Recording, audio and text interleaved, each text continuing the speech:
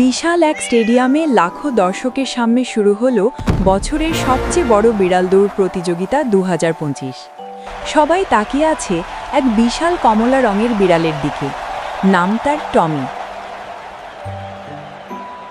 একসময় সে ছিল রাস্তায় ঘুরে বেড়ানো এক দুর্বল বিড়াল,